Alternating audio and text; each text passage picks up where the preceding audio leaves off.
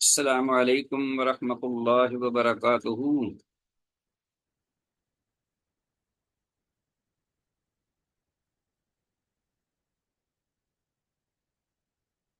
عزیز طلبہ، are you listening?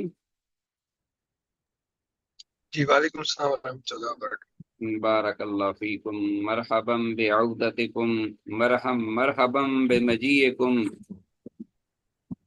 الى درس الحدیث فی اول اليوم، وبارک اللہ فی علمکم وفی عملکم وفی عمرکم وفی کل شیء ما عندکم من اللہ سبحانہ وتعالی، داعین اللہ جل جلالہ أن يبارك لنا في هذه العلوم وأن يسهل علينا هذه الدروس۔ رب زدني علما، رب اشرح لي صدري ويسر لي أمري واحلل عقدة من لساني يفقهوا قولي۔ اللهم إنا نسألك علما نافعا وعملا متقبلا ورزقا طيبا۔ اللهم إنا نعوذ بك من علم لا ينفعنا، اللهم انفعنا بما علمتنا وعلمنا ما ينفعنا وزدنا علما۔ اللهم إنا نعوذ بك من علم لا ينفع ومن قلب لا يخشع ومن نفس لا تشبع ومن دعوة لا يستجاب لها۔ رب يسر ولا تؤسر وأتمم بالخير، رب سهل ويسر ولا تؤسر علينا یا میسر کل عسیر۔ عزیز طلبہ، بحمد اللہ تعالی و بعونہ جل وعلا، مشکوٰۃ المصابیح کے سلسلہ دروس کا یہ پہلا سبق، ایپیسوڈ نمبر 1، یہ آپ کے سامنے ہے، اور ہم اللہ کے فضل و کرم اور اس کی توفیق سے احادیث کے اردو ترجمہ پر فوکس رکھتے ہوئے قابل وضاحت الفاظ و عبارات کی قدر وضاحت بھی کریں گے، اور اگر ضرورت محسوس ہوئی تو حدیث کی اسنادی حیثیت کہ وہ حدیث کس درجہ کی ہے محدثین کے ہاں، صحیح ہے، ضعیف ہے، حسن ہے، حسن لغیرہ ہی ہے، یا کوئی اور اس کا کوئی حکم ہے، تو وہ بھی نشاندہی کرتے رہیں گے۔ تو بارگاہ عزتی میں دعا ہے کہ اللہ پاک آپ کا یہ بابرکت علم اور اس کے آغاز میں آپ کا حاضر ہونا، شریک ہونا، اس کی توفیق دے کر اس میں خلوص عطا فرمائے، اور پھر اس پر اللہ پاک ثابت قدمی، استقامت نصیب فرمائے، اس لیے کہ یہ علم وحی ہے، اور جتنی اس کی برکات و ثمرات و فیوض ہیں اہل ایمان کے لیے، اتنے ہی اس کے حصول میں شیطانی قوتیں اور طاقتیں متحرک ہوتی ہیں، تاکہ انسانیت اس علم وحی سے محروم رہے، کہ وہ اس علم وحی سے سیراب ہو کر اس چشمہ صافی سے اپنی بھوک پیاس مٹا کر کہیں وہ خود بھی راہ ہدایت پہ اور دیگر انسانیت یا لوگوں کو بھی ہدایت کی طرف نہ بلا پائیں۔ تو یہ ہمارا ازلی دشمن شیطان وہ ہماری گھات میں ہے، خاص طور پر علماء حق جو کہ انبیاء رسول علیہ السلام کے اصل جان نشین ہیں۔ العلماء ورثۃ الانبیاء واللہم اجعلنا منہم۔ اللہ پاک اپنی توفیق اور رحمت و کرم سے ہمیں ان خوش نصیبوں میں سے کر دے۔ تو یہ بتائیے کہ میرے ساتھ رہیے گا، اس لیے کہ سیمسٹر 1 والوں کے لیے میں الحمدللہ سلائیڈ تیار کرتا ہوں، اور وہ سلائیڈ ان کی آسانی کے لیے میں سلائیڈ سے ہی انہیں میں پڑھاتا ہوں، جیسا کہ آپ کو نظر بھی آ رہی ہوگی۔ تو آپ بس میرے ساتھ رہیے گا اور مجھے محسوس ہو کہ آپ حاضر ہیں، دل سے بھی اور دماغ سے بھی، نگاہ سے بھی، اور پھر اسی طرح کان لگائے ہوئے ہیں، سن رہے ہیں یکسوئی کے ساتھ۔ انشاءاللہ آخر پہ جو کوئی ٹائم ہوگا، اگر وہ ٹائم پہلے 1 گھنٹہ ہوا کرتا تھا، یہ کم ہو گیا ہے، اس لیے ہم جو گفتگو ہے یا سوالات و جوابات وہ تبھی ہی کریں گے جب کوئی ہم جلدی احادیث سے اگر فارغ ہو پائیں گے، ورنہ اگر اصل جو ہمارا اس حدیث کو پڑھنے کا مقصد ہے وہ یہ ہے کہ جتنی ہو سکے احادیث رسول صلی اللہ علیہ وسلم ہماری نگاہ سے نکل سکیں۔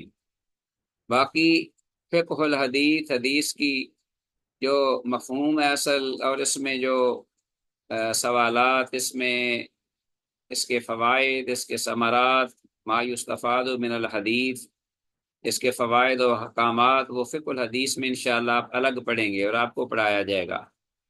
تو آپ صرف حدیث کے ترجمے پر فوکس رکھیں گے، یہ ہے ہمارا اصل مقصد۔ ہاں، خاص کوئی بڑی اہم کوئی بات یا کوئی مسئلہ ہوگا تو اس کی ہم نشاندہی کریں گے۔ تو آتے ہیں آج کے پہلے سبق کی جانب۔ یہ تمہیدی آج کا پہلا ہفتہ جو ہے، 3 اسباق یہ قریباً تمہیدی ہوں گے، اور سلائیڈ آپ کو یہ LMS پہ انشاءاللہ اپلوڈ کر دیا کریں گے، تو اس پر آپ اس کی تیاری بھی کر لیں گے، اس کو ریوائز بھی کر پائیں گے، اور آپ کے پاس یہ ایک محفوظ انشاءاللہ یہ حدیث کے اسباق کا سرمایہ رہے گا، آپ کے پاس محفوظ ہوگا۔ تو اب آپ سن رہے ہیں میری بات، اور آپ کی سکرین آپ کے سامنے ہے، مجھے ذرا بتا دیجئے۔ جی، السلام علیکم ورحمۃ اللہ وعلیکم وبرکاتہ۔ السلام ورحمۃ اللہ وبرکاتہ۔ یہ 8 سے لے کر 8:40 تک ہمارا یہ 40 جو منٹس ہیں اس کا یہ انشاءاللہ بفضل اللہ لیسن ہوگا، اور آپ کو میں اسی طرح پہلے سمیسٹر میں آپ کی آسانی کے لیے سلائیڈ سے ہی میں آپ کو جو احادیث ہیں وہ انشاءاللہ ہم پڑھیں گے اور ترجمہ بھی کریں گے۔ آتے ہیں الحمدللہ دین میں حدیث رسول کی ضرورت۔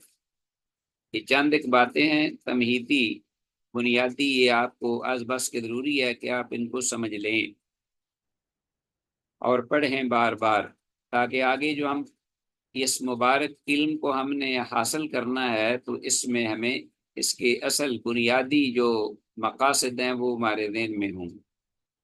قرآن حکیم ایک جامع یعنی کمپریہنسو کلام الہی ہے، جو اپنے اندر مخفی، مجمل، مشکل اور رموز و اشارات پر مبنی آیات سمیٹے ہوئے ہے۔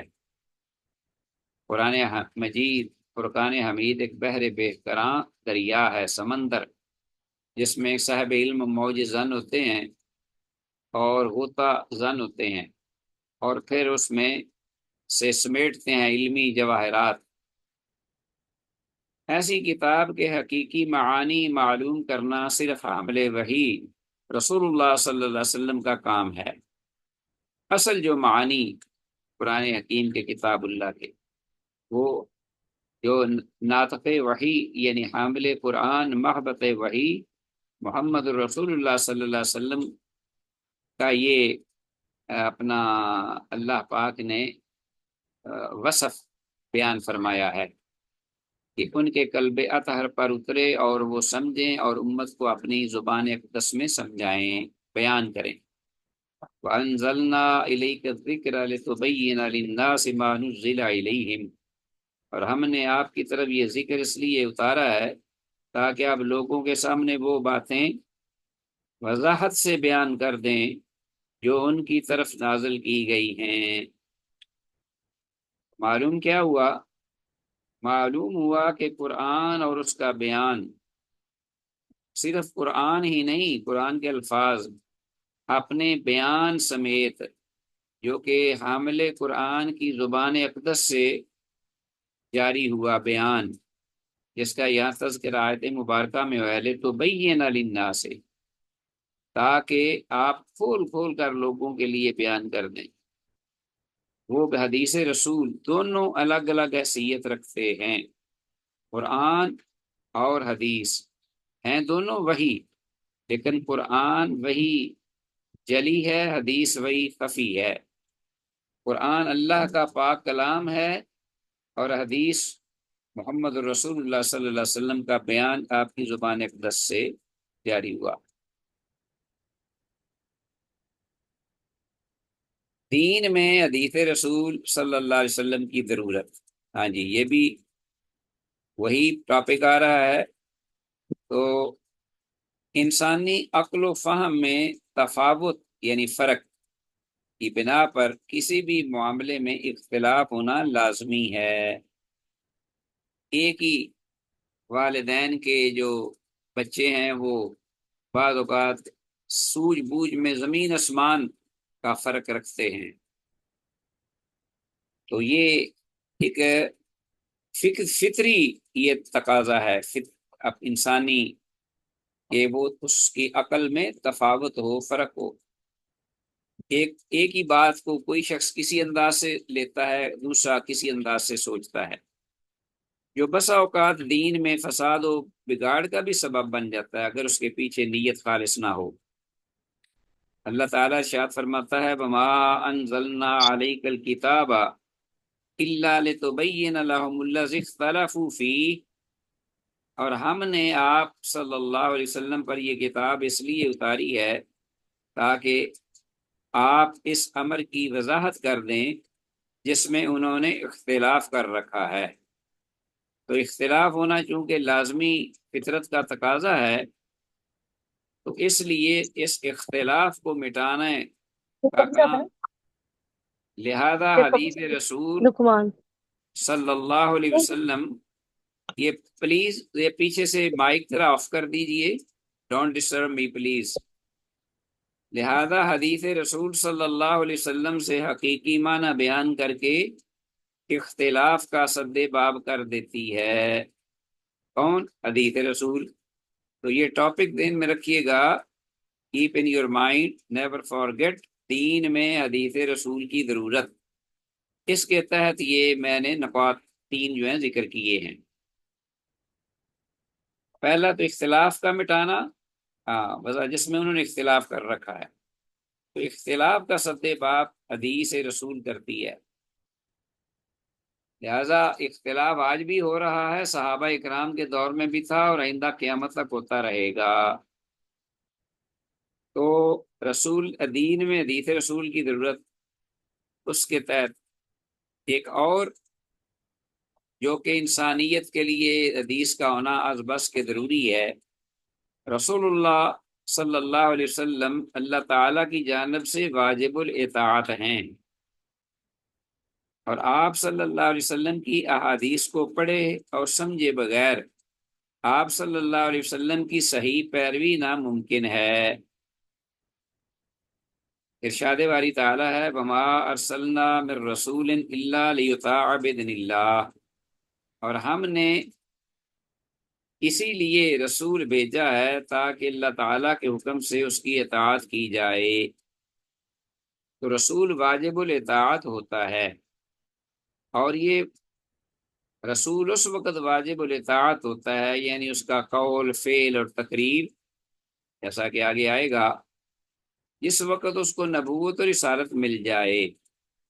نبوت اور رسالت ملنے سے پہلے وہ واجب الاطاعت نہیں ہوتا، نہ ہی اس کے حکم کی تعمیل یا تکمیل فرض ہوتی ہے۔ جب وہ اللہ پاک کی طرف سے نبوت اور رسالت پا لیتا ہے، وہی شروع ہو جاتی ہے، اس کے بعد جو بھی احکام اس پر اترتے ہیں انسانیت کے لیے ان پہ عمل کرنا یہ واجب ہے۔ اگر نہیں کریں گے تو پھر رسول کی مخالفت لازم آئے گی، جس کا نتیجہ جو ہے وہ اللہ پاک کی تیار کردہ سزا جہنم ہے والعیاذ باللہ۔ تو یہ رسالت مل جانے کے بعد ہوتا ہے واجب الاطاعت۔ رسول اللہ صلی اللہ علیہ وسلم کوئی 40 سال کی عمر میں غار حرا میں جب پہلی وحی آئی، اس وقت سب سے پہلے اللہ کے رسول صلی اللہ علیہ وسلم اپنی ذات اقدس پہ خود ایمان لائے، اس کے بعد آپ کی تصدیق کرنے والی آپ کی زوجہ محترمہ سیدہ خدیجہ رضی اللہ عنہا تھیں، اور پھر ورقہ بن نوفل جو کہ ان کے چچیرے بھائی تھے، جو کہ پہلی کتابوں کے عالم تھے، غالباً تورات انجیل کا بہت سا حصہ انہوں نے حفظ بھی کیا ہوا تھا، اور انہوں نے بھی تصدیق کی۔ آمن الرسول بما انزل الیہ من ربہ والمؤمنون کلنا آمن باللہ وملائکتہ وکتبہ ورسلہ۔ تو سب سے پہلے آمن الرسول، رسول ایمان لائے اپنی رسالت پر از خود، اللہ اکبر، اور اس شریعت کے وہ مکلف ہوئے، خود پیغمبر سب سے پہلے ایمان لا کر اللہ پاک کے احکامات کی انہوں نے تعمیل فرمائی اور امت کے لیے اسوہ بنے۔ چلیں جی، یہ تو بات تھی۔ اب علم حدیث کا موضوع، یہ جو نکات میں نے 3 ذکر کیے ہیں ان کو ذہن میں رکھیے گا، پڑھیے گا۔ علم حدیث کا موضوع، اس کے وضع کرنے والے کون ہیں اور اس سے غرض و غائد کیا ہے، ہماری علم حدیث پڑھنے کا کیا ہمارا مقصد ہے، کیا ہم چاہتے ہیں۔ جی، آر یو لسننگ؟ جی السلام علیکم۔ جی جی ماشاء اللہ جی، بارک اللہ فیکم۔ علم حدیث کا موضوع رسول اللہ صلی اللہ علیہ وسلم کی ذات گرامی ہے، محض انسان ہونے کے ناطے سے نہیں، بلکہ اللہ جل شانہ کی طرف سے نبی و رسول پر حق ہونے کی حیثیت سے۔ ٹھیک ہو گیا جی۔ علم حدیث کو سب سے پہلے وضع کرنے والے، یعنی اس کو منظر عام پہ لانے والے، اس پر محنت کرنے والے کون تھے؟ اس امت کے صفوت الخلق صحابہ کرام رضوان اللہ تعالی علیہم اجمعین، جن کو اللہ پاک نے یہ ٹائٹل عطا فرمایا ہے کہ رضی اللہ عنہم ورضوا عنہ، اللہ ان سے راضی ہوا اور وہ اللہ سے راضی ہوئے۔ اور جو براہ راست علم نبوت اور رسالت سے فیض یاب ہوئے، تو اللہ پاک نے اپنے پیغمبر کی مجلس میں بیٹھنے والے وہ ہدایت کے نجوم و کواکب، جیسا کہ قرآن مجید میں محمد رسول اللہ والذین معه اشداء علی الکفار رحماء بینہم تراہم رکعا سجدا یبتغون فضلا من اللہ ورضوانا سیماہم فی وجوہہم من اثر السجود ذالک مثلہم فی التوراۃ ومثلہم فی الانجیل۔ یہ ہے مقام صحابہ اکرام کا، وہ ہدایت کے بڑے ستارے سمجھ لیجئے، رائے ہدایت کے، اور اللہ پاک نے ان کو یہ شان اور مقام عطا فرمایا ہے کہ وہ ہمارے لیے اس دین میں ایک حجت بھی ہیں،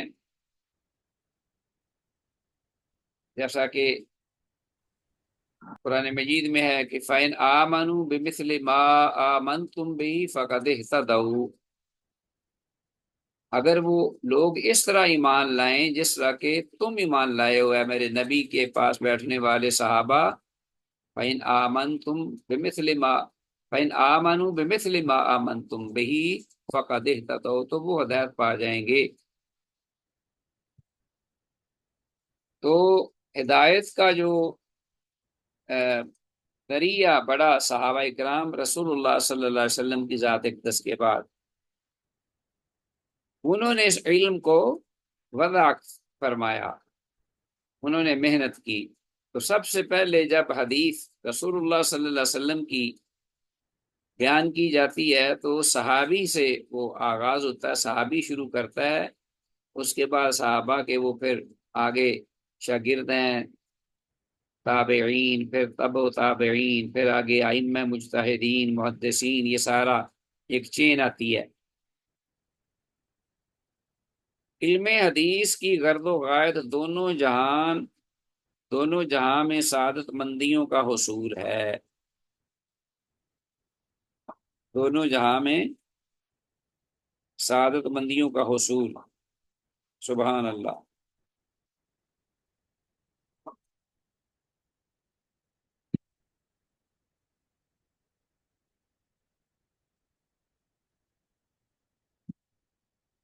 یہ ہے غرض و غائز، ذہن میں رکھیے گا۔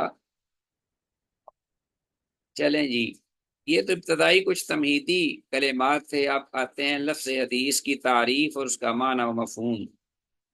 یہ چند ایک بڑی بنیادی باتیں انشاءاللہ بار بار پڑھیں گے، لیکن میں چاہ رہا تھا کہ یہ آپ ایک دفعہ ان کو پڑھ لیجئے، دیکھ لیجئے۔ لفظ حدیث کا مادہ ہا دال سا ہے، جس کا معنی ہے کہ ایک شے جو پہلے نہیں تھی اب ہے۔ جیسے لفظ حادثہ ہر نئے واقعے کے لیے بولا جاتا ہے، حدیث بھی نیا کلام ہے جس کے حروف و الفاظ پہلے نہیں تھے اب ہیں۔ ارشاد باری تعالی ہے، لا تدری لعل اللہ یحدث بعد ذلك امرا۔ اے مخاطب یا مخاطب، تو نہیں جانتا، شاید اللہ تعالیٰ اس کے بعد موافقت کی کوئی نئی صورت پیدا فرما دے۔ لعل اللہ، شاید کہ اللہ یحدث، کوئی نئی صورت پیدا فرما دے، نئی صورت ظاہر کر دے، بیان فرما دے۔ تو ہا دال سا وہ چیز جو پہلے نہیں تھی اور اب ہے۔ اور حادثہ بھی اسی لیے ایک اچانک جو حادثہ ہوتا ہے، کوئی ایکسیڈنٹ، اللہ سب کو محفوظ رکھے۔ یہ پلیز ذرا پیچھے سے جو آوازیں آ رہی ہیں ان کو آف کر دیجئے، جن کا سپیکر آن ہے نا، تاکہ یہ ریکارڈنگ آپ کی ہو رہی ہے، یہ آوازوں کی بھی ریکارڈنگ ہو جائے گی۔ اچھا جی، تو یہ لغت میں معنی مفہوم ہے، اس کا لغت میں معنی و مفہوم جو ہم نے ذکر کیا ابھی۔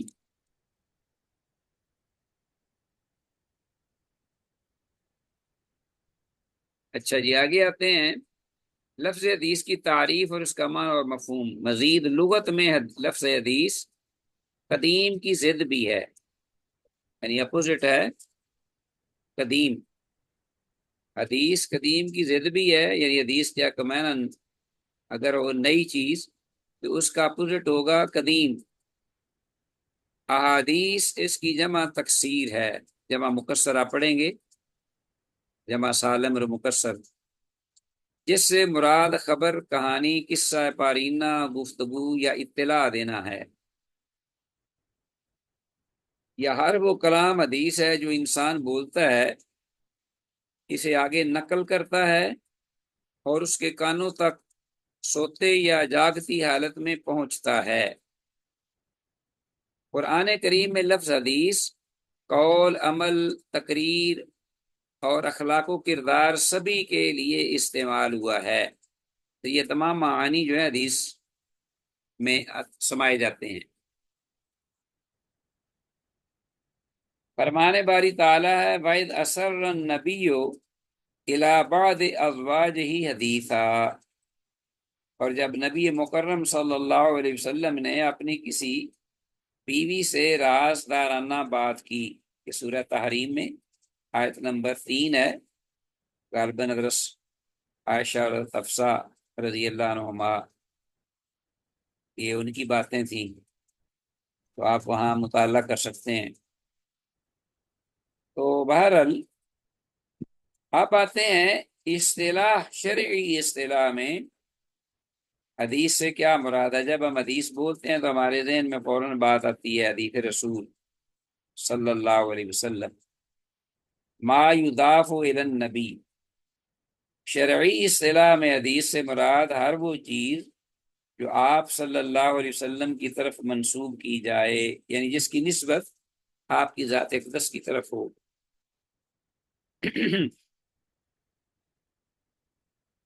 اس تعریف میں لفظ ما عام ہے، ما یضاف، جو بھی چیز منسوب کی جائے، جس چیز کی بھی نسبت کی جائے، تو ما جو ہے یہاں عام ہوا۔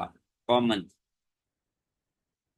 ما عام ہے جس میں رسول اکرم صلی اللہ علیہ وسلم کی طرف منسوب اقوال، افعال اور تقریرات یا آپ صلی اللہ علیہ وسلم کی ہر وہ ادا شامل ہے جو بعد از بعثت آپ سے ظاہر ہوئی۔ بعثت کے بعد، یہ ذہن میں رکھیے گا، یہ مطلب نہیں کہ نبوت و رسالت ملنے سے پہلے بھی جو آپ کی گفتگو تھی وہ حدیث ہے، نہیں، وہ حدیث نہیں ہے، نہ ہی وہ واجب الاطاعت ہے۔ باقی وہ زندگی آپ کی پوری بڑی پاکیزہ تھی اور بڑی ہی سبق آموز تھی، جوانی بھی آپ کی، آپ کا لڑکپن بھی، لیکن واجب الاطاعت یا اقوال و افعال اور تقریرات جو آپ کے بعثت کے بعد تھے، جو آپ سے ظاہر ہوئے، وہی ہمارے لیے حدیث کہلائیں گے، حدیث تقریری یا قولی یا فعلی۔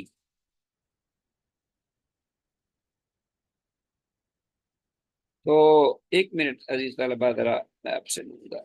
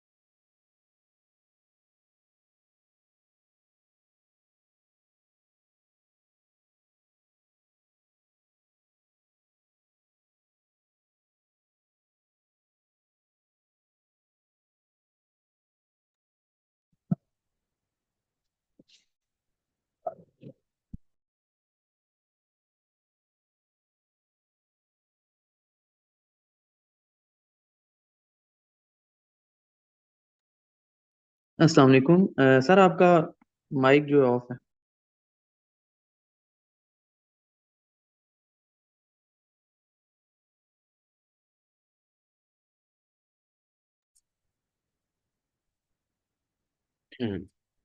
ہاں جی، آگے آتے ہیں عزیز طلبہ۔ یہ جو سبق ہم نے پڑھا ہے آج، اس میں یہ دیکھیے، اس سبق کے حوالے سے سوالات، تو چونکہ یہ آج پہلا سبق تھا، اس لیے تمہید کے طور پر یہ باتیں جو میں نے آپ کے گوش گزار کی ہیں، آپ نے اس کو ریوائز کرنا ہے، اس کو دیکھنا ہے، اس کو سمجھنا ہے، اور اس کو آپ نے اپنے ذہن میں بٹھانا ہے۔ تو ہر سبق کے آخر میں انشاءاللہ ہلکے پھلکے سوالات بھی ہوا کریں گے، اور جب آپ کا کوئی امتحان لیا جائے گا تو وائوا وغیرہ یا کوئی اور کسی بھی انداز سے کوئز ہوں گے آپ کے، جو کہ LMS پہ اپلوڈ کیے جائیں گے، اور وہ بھی آپ کا ایک امتحان ہوا کرے گا ساتھ ساتھ۔ تو کوشش یہ بھی کی جائے گی کہ یہ جو سوالات آخر میں یہ دیے جائیں گے، یہ آپ اچھی طرح ریوائز کیا کریں، ان کو مس نہ کریں۔ ان سوالات میں بھی آپ سے سوالات پوچھے جائیں گے، ٹھیک ہے جی۔ اور سب سے اہم چیز وہ یہ ہے کہ آپ نے اپنی حاضری جو ہے نا، اس کو یقینی بنانا ہے۔ آپ کی جو اپنا حاضری ہے وہ بڑی ہی اہم ہے، اس لیے کہ جو آپ خود اپنی کانوں سے براہ راست بات سنیں گے، وہ کبھی بھی اس کے متبادل کوئی چیز نہیں ہو سکتی استاد کے سامنے، استاد کی زبان سے براہ راست بات سنی جائے۔ اور پھر یہ بھی کہ ایک اللہ پاک علم میں برکت دیتے ہیں جو حاضری کو یقینی بنائے، مسلسل حاضر رہے۔ دیکھو نا، جیسے نمازیں ہیں، تو بہرحال یہ سوالات ہیں، ان کو آپ دیکھ لیجئے گا۔ شرعی اصطلاح میں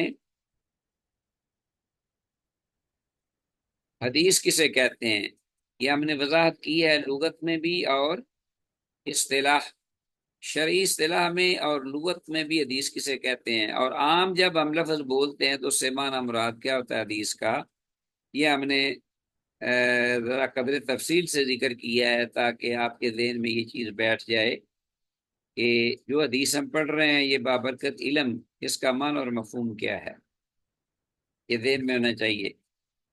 اسی طرح علم حدیث کا کیا موضوع ہے، ٹاپک، وہ بھی ہم نے بیان کر دیا ہے، تو انشاءاللہ وہ آپ اس سلائیڈ کو دیکھیں گے تو آپ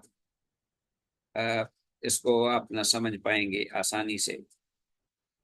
اسی طرح دین میں حدیث رسول کی ضرورت پر کم از کم 2 دلیلیں ذکر کریں، تو 3 تو میں نے نکات ذکر کیے ہیں، اور بھی ہو سکتے ہیں، ضروری نہیں ہے کہ آپ یہ 3 جو ہے نہیں کوئی آپ ذہن میں بٹھا لیں، ہو سکتا ہے ماشاءاللہ آپ حدیث میں دین کی ضرورت ہے، اس پر آپ کئی 20 جو ہے نکات وہ اکٹھے کر سکتے ہیں مطالعے کے ساتھ، یا جو اس کے ضمن میں ہے۔ تو یہ 3 نکات میں نے جو زیادہ بنیادی محسوس ہو رہے تھے یہ میں نے ذکر کیے ہیں۔ 2 دلیلیں آپ نے ذکر کریں اگر آپ سے پوچھی جائیں تو یہ 3 سوالات تھے آج کے سبق کے حوالے سے۔ اب اگر آپ کے پاس کوئی آج کے سبق کے حوالے سے، چونکہ پہلا ہے، کوئی آپ نے مجھ سے کوئی بات پوچھنی ہے تو آپ پوچھ لیں، اس لیے میں نے کچھ ٹائم آپ کے لیے نکالا ہے۔ ہمارے پاس ابھی 8:33 ہوئے، 8:40 تک انشاءاللہ ہمارا یہ ٹائم ہے۔ 7 minutes are rest. So if you have any question in your mind, you can ask me. اللہ کی توفیق سے جی فرمائیے۔ جی حضرت ایک یہ مشکات شریف جو پڑھا رہے جو حدیث، تو اس میں تو جو ہے سند اور متن دونوں کور کریں گے آپ، اور اس کی تشریحات یا جو بھی یہ ہیں وہ کریں، لیکن علم حدیث سے ریلیٹڈ جو بہت ساری ذہن میں یہ ہوتی ہے کہ جب حدیث کے بارے میں جو باتیں ہوتی ہیں تو اس کے اندر میں جو ہے کچھ ایسے اصطلاحات آتے ہیں، اور وہ جو ہے چیزیں جو ہیں وہ سمجھ میں نہیں آتی ہیں۔ مثال کے طور پر جیسے عام جو اصطلاحات ہیں وہ تو کچھ حد تک سمجھ جاتا ہے انسان، مثال کے طور جی پر جی یہ صحیح حدیث ہے، یہ ضعیف ہے، یا یہ حسن ہے، لیکن اس کے اندر میں بہت ساری جو ہے ایسی چیزیں ہوتی ہیں جو سمجھ میں نہیں آتی ہیں۔ جی جی تو جب آپ یہ حدیث جب آپ ہمیں جب مشکات شریف پڑھاتے ہوئے، انشاءاللہ ہم لوگ یہ سفر شروع کر دیں گے، اور انشاءاللہ اللہ نے چاہا تو پائے تکمیل تک چلیں گے، لیکن انشاءاللہ۔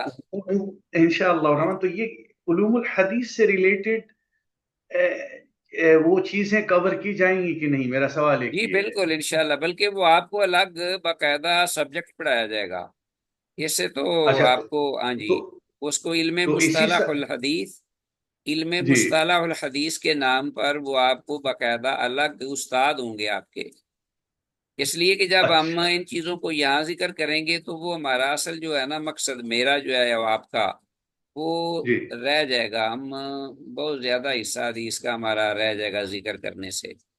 تو مجھے جو اچھا پابند کیا گیا ہے وہ صرف حدیث کے ترجمے پر، کیونکہ مشکات اچھا جو ہے یہ ان بنیادی کتابوں میں سے ہے جو سیاستہ کا تقریباً ایک سمجھ لیجئے کہ نچوڑ ہے، یعنی جی سیاستہ کی ہی احادیث قریباً اس میں جمع کی گئی ہیں، اور کچھ جی ان کے علاوہ بھی کہیں کہیں، تو اس لیے وہ کتاب انہوں نے رکھی الگ اس لیے حدیث کی کہ آپ نے صرف ترجمہ ذہن سے گزارنا ہے نظر سے۔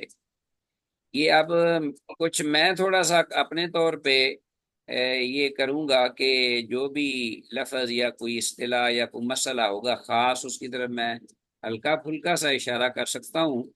اگر ایک ایک حدیث کی ہم وضاحت تھوڑی تھوڑی بھی کریں گے تو ہم چاند چند 1 2 یا 4 حدیثیں ہی پڑھ پائیں گے ایک دن ایک پیریڈ میں، لیکن ہمیں جی کہا گیا ہے کہ آپ نے پوری مکمل 8 سیمیسٹر ہوتے ہیں ہمارے، اس میں آپ نے پوری مشکات جو ہے وہ آپ نے کور کرانی ہے، اور وہ قریباً ہم پڑھیں گے انشاءاللہ یہ کتنی حدیثیں ہیں، تو ہزاروں کے حساب سے حدیثیں ہیں، 5 6 ہزار، 6 ہزار سے بھی ابو۔ تو یہ تبھی ممکن جی ہوگا کہ ہم جتنا ہو سکے، آپ بھی یہی کوشش کیجئے گا کہ جتنا ہو سکے ہم حدیثوں کو نظر سے گزاریں، تاکہ ہم، بعد میں آپ الحمدللہ تنہا بھی اس حدیث کو جب پڑھیں آپ کے لیے ایزی ہو، یا جب سنیں کسی سے کوئی حدیث تو آپ کے ذہن میں ہو، یاد آ جائے کہ ہم نے یہ پڑھی ہوئی ہے۔ اب جی اس کے بعد جو اس کی اصطلاحات ہیں اس کے لیے الگ آپ کو پڑھایا جائے گا، وہ علم مصطلح اور حدیث کے نام پر ہے، اس میں وہ استاد ایک ایک بات کی وضاحت کرے گا آسان مثالوں کے ساتھ۔ تو تیسری بات یہ ہے کہ ایک فقہ الحدیث بھی آپ کو پڑھائی جائے گی، مثلا یہ کہ انما الاعمال بالنیات، ترجمہ تو اس کا یہ ہے کہ اعمال کا دار و مدار نیتوں پر ہے، لیکن اب اس کے اندر اللہ کے رسول صلی اللہ علیہ وسلم نے کیا چاہا ہے یہ فرما کر، اور اس سے کیا احکام جو ہیں وہ اپنا اخذ کر سکتے ہیں، کیا کیا اس میں فوائد ہیں۔ تو اگر اس چیز کو دیکھیے تو یہ ایک الگ سمندر ہے جس کا کوئی کنارہ نہیں۔ میں ایک مثال آپ کو دوں گا، امام شافعی رحمہ اللہ ایک دفعہ امام احمد بن حنبل رحمہ اللہ کے غالباً مہمان بنے، تو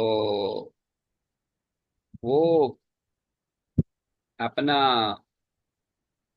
رات جب گزاری انہوں نے تو اپنا کھانا کھاتے ہی وہ لیٹ گئے، اور انہوں نے اٹھ کے اپنا نماز پڑھتے ہی نماز پڑھی عشاء کی اور لیٹ گئے، اور انہوں نے فجر کا نہ وضو کیا نہ انہوں نے تہجد پڑھی۔ تو وہ اصل میں امام احمد بن حنبل بڑی تعریف کیا کرتے تھے امام شافعی رحمہ اللہ کی، دینداری کی، تقوی کی، اور ان کے عمل کی، علم کی۔ تو گھر والے بڑے حیران تھے اور کہنے لگے کہ آپ تو بڑی ان کی تعریف کرتے تھے، نہ انہوں نے رات اٹھ کے تہجد پڑھی ہے نہ انہوں نے وضو کیا ہے، اور بس اب چل بس نکل گئے یہاں سے، کھانا کھاتے ہی لیٹ گئے۔ تو انہوں نے پھر یہ تذکرہ جب ان سے کیا امام صاحب سے، امام احمد بن حنبل رحمہ اللہ نے امام شافعی سے، تو انہوں نے آگے سے جواب دیا کہ بالکل آپ بات انہوں نے ٹھیک میری اخذ کی ہے، میں اصل میں اتنا مزے کا کھانا تھا میرے میزبانوں کا کہ اس کھانے کی لذت میں فوراً لیٹا، اور میری ذہن میں ایک حدیث آ گئی، اور حدیث پہ میں غور و فکر کرنے لگ پڑا، تو پھر پوری رات اسی غور و فکر میں گزر گئی۔ اور چونکہ ائمہ جو تھے ان کے ہاں سلف صالحین رحمہ اللہ کے ہاں رات کا جو تفقہ فی الدین تھا وہ ایک گھڑی بھی پوری رات کی عبادت سے افضل وہ سمجھتے تھے، تفقہ فی الدین۔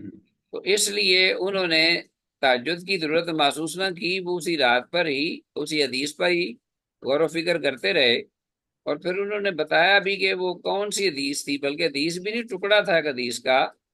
حضرت انس رضی اللہ تعالیٰ عنہ کا ایک بھائی تھے عمیر، بچے تھے چھوٹے، انہوں نے ایک چڑیا پالی ہوئی تھی، جانور پرندہ، تو وہ پرندہ ان کا مر گیا، تو بچے کو پرندے سے بڑی محبت تھی، تو جب وہ مر گیا تو رسول اللہ صلی اللہ علیہ وسلم چونکہ اپنے یہ جو بنو نجار ننیال لگتے تھے، حضرت انس رضی اللہ عنہ اور ان کے گھر والے آپ کے ننیال بھی تھے، اور حضرت انس رضی اللہ عنہ آپ کے خادم بھی تھے، تو انہیں بڑا دکھ ہوا۔ اللہ کے رسول صلی اللہ علیہ وسلم نے جب دیکھا سیدنا عمیر رضی اللہ عنہ کو کہ وہ بچہ بڑا پریشان ہے، غمگین ہے پرندے کے مر جانے سے، بچھڑ جانے سے، تو آپ صلی اللہ علیہ وسلم نے انہیں دلاسا دیتے ہوئے یا ان سے ایک اعتبار سے قسم کی تعزیت فرمائی، چھوٹے تھے، تو کہتے ہیں کہ یا ابا عمیر ما فعل النغیر، یا ابا عمیر ما فعل النغیر، اے ابو عمیر تیرے پرندے کا کیا بنا، کہاں بیچارہ چلا گیا تجھے چھوڑ کے، کیا ہوا اس کے ساتھ۔ تو اس طرح کی الفاظ آپ چھوٹوں سے کیا کرتے تھے بہلانے کے لیے۔ تو امام شافعی رحمہ اللہ نے اسی ایک ٹکڑے پر پوری رات تدبر کیا، اور 1000 سے زیادہ انہوں نے احکام اور فوائد جو ہیں وہ اس سے اخذ کیے۔